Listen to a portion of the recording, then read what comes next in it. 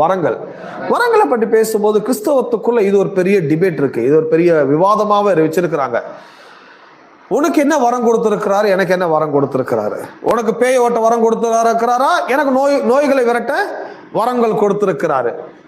சிலருக்கு அந்த வரம் இந்த வரம். சில போதகர்களே இது குறித்த தெளிவில்லாம இருக்கிறாங்க. சில போதகர்கள் கூட என்ன பண்றாங்கன்னா, இல்லையா எனக்கு கடவுள் சுகமளிக்கிற வரம் தான் கொடுத்தாரு, பிசாசுகளை துரத்துற வரம் எனக்கு கொடுக்கல, இதுக்காக வேண்டி நான் வேற ஒரு பிரசங்கர் வர வைக்கிறேன், அவருக்கு தான் பேய்களை ஓட்டக்கூடிய வரம் இருக்குதுன்னு சொல்லி இந்த வரங்கள் விஷயத்தை வரும்போது ஊழியர்கள் என்ன நம்புறாங்க, சபை என்ன நம்புதுன்னா, வரங்கள்னா அது ஊழியர்கள் மத்தியில் செயல்படும்,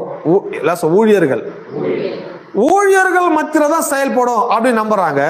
ஆனா ஒரு உண்மை என்னன்னா, ஊழியர்கள் மத்தியில் செயல்படுறதா இல்லையான்றது முக்கியமே கிடையாது. ஒவ்வொரு விசுவாசிகள் மூலமாக வரங்கள் செயல்படுகிறது. ஒருத்தர் சொல்றாரு, இல்லையா வரங்கள்லாம் என்னைக்கும் ஸ்டாப் ஆயிடுச்சு, இந்த பேய் ஓட்டுறது சுகமாளிக்கிறதெல்லாம் அப்போஸ்தலரோடு நின்று போய்விட்டது, அப்போஸ்தலர்களோடு அந்த வரங்கள் ஸ்டாப் ஆயிடுச்சு, இப்பெல்லாம் அது கிடையாது. வரங்கள் என்னைக்குமே கடவுளுடைய ஒரு காரியம் எதுவுமே அது ஸ்டாப் ஆகிறதே கிடையாது, எல்லாமே நித்தியமானது. கடவுள் ஒன்று அப்ளை பண்ணானா அது நித்தியமா அது கண்டினியூ ஆகிட்டே இருக்கும், அது முடிவு என்பது கிடையாது. வரங்கள்ல அப்போஸ்தலரால் நின்றுச்சா இல்லையான்றது முக்கியம் இல்லை. வேதம் சொல்லுது, விசுவாசிக்கிறவர்களால் நடக்கும் அடையாளங்கள் ஆவன. எல்லாம் விசுவாசிக்கிறவர்களால் நடக்கும் அடையாளங்கள் ஆவன.